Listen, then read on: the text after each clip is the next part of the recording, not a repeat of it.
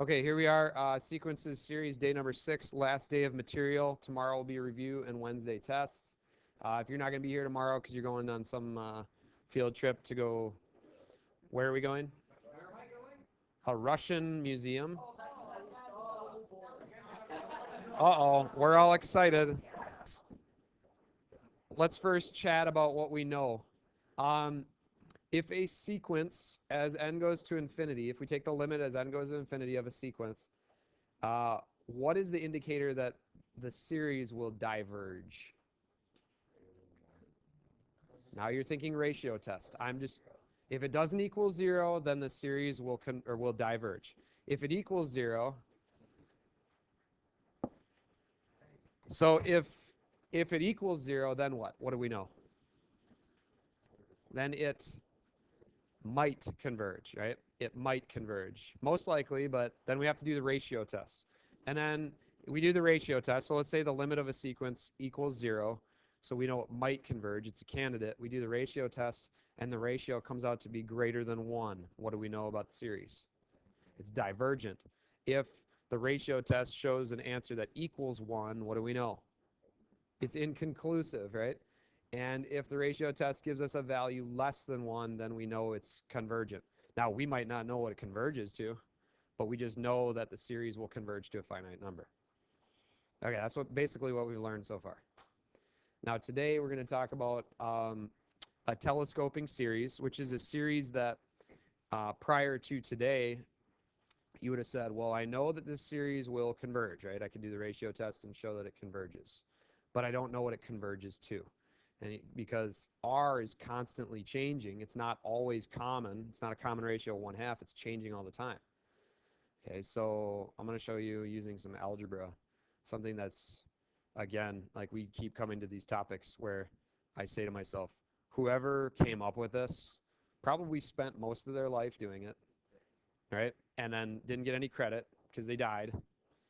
And then someone else came out with a calculator, and it did all that work for you, so then they go kind of unappreciated, but it is pretty cool. So what we're going to do is we're going to take a series that looks like this, and we're going to split it up so that it looks like this. Now, it's not as simple as just taking and splitting one term and the two factors in the denominator.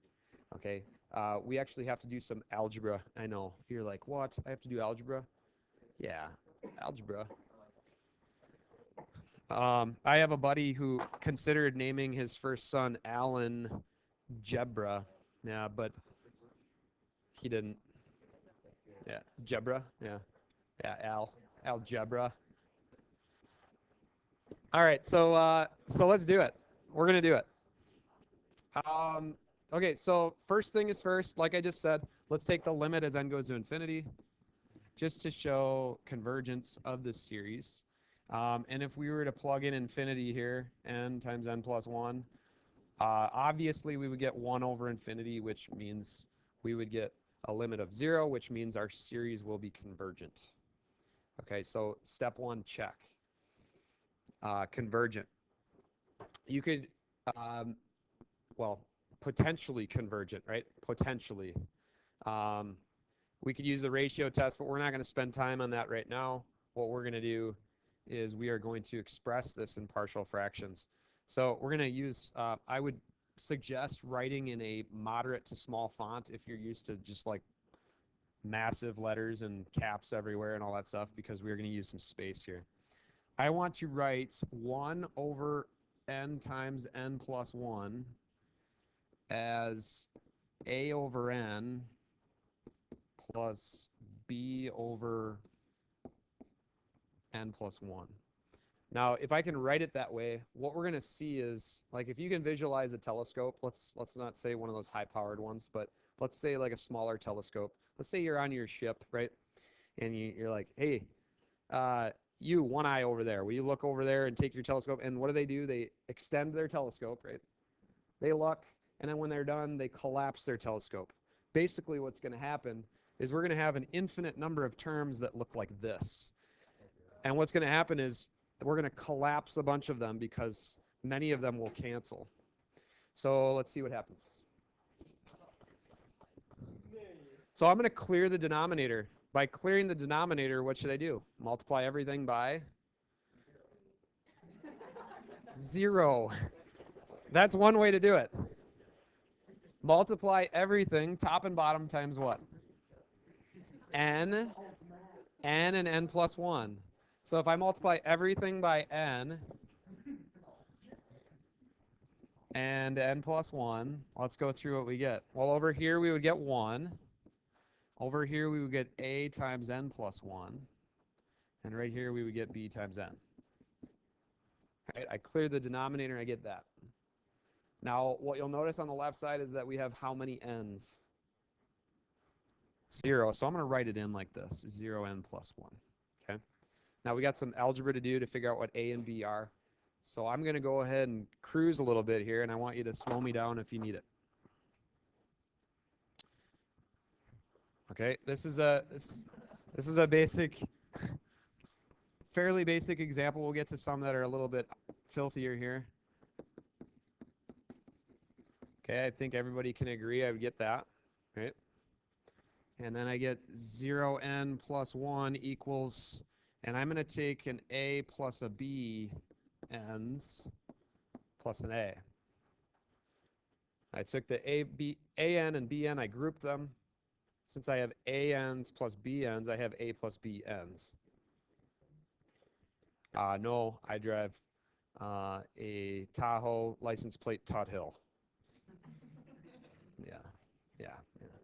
Yeah, I know. So what can I say about a? What is a equal? What does a equal? A equals a number. What is that number? 1. So a equals 1. So a plus b equals 0, which means b is negative 1. So if a equals 1 and a plus b equals 0, let's highlight that for the childs that like highlighting. Now we know that b equals negative 1. So if a equals 1, b has to equal negative 1. Okay, so now I can say this. 1 over n times n plus 1 is equal to 1 over n minus 1 over n plus 1. All right, this represented a, this represented b. And now we can use the telescoping series to find the sum from 1 to infinity. Okay, so I have this, which will now be equal to this,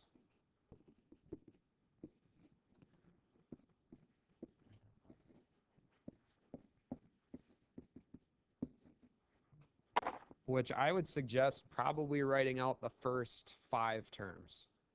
First 5 terms. Okay, because then you will be able to see the tendency of the numbers that are being given. So let's do this. Term 1. Term 1.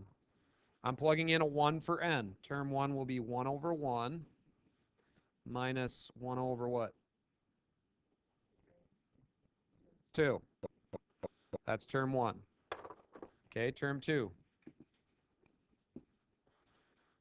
I'll get 1 over 2 minus 1 over 3.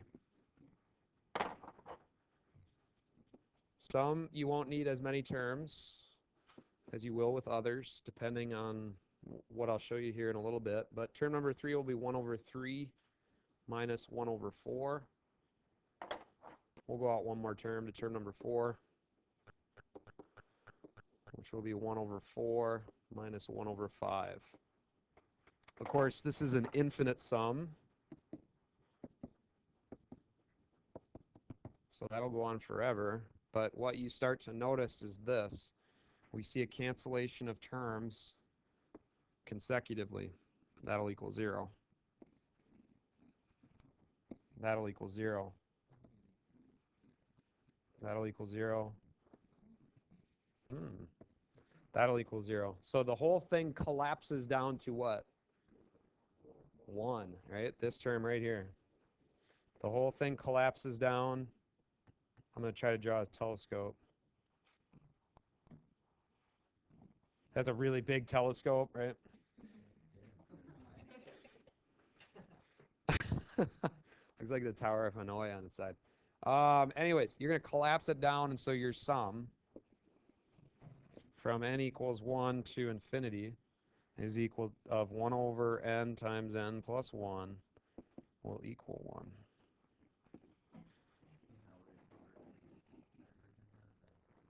That's the actual sum.